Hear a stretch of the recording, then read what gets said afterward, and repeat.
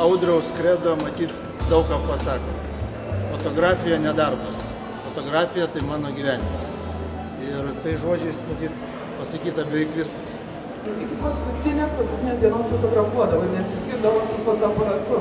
Tai man irgi rodo tą jo meilę Vilniui, meilę vilniečiam, jo tokį didžiulį atsidavimą darbui, didžiulį norą dirbti toliau net ir pačiomis sunkiausiamis minutėmis.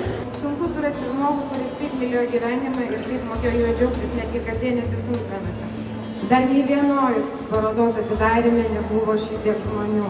Reikia to pasidžiaugti ir neliūdėti. Čia šiandien susirinkom, tikrai pasveikinti, pagerbti, prisiminti ir pasidžiaugti ir pasigrožėti jo darbais.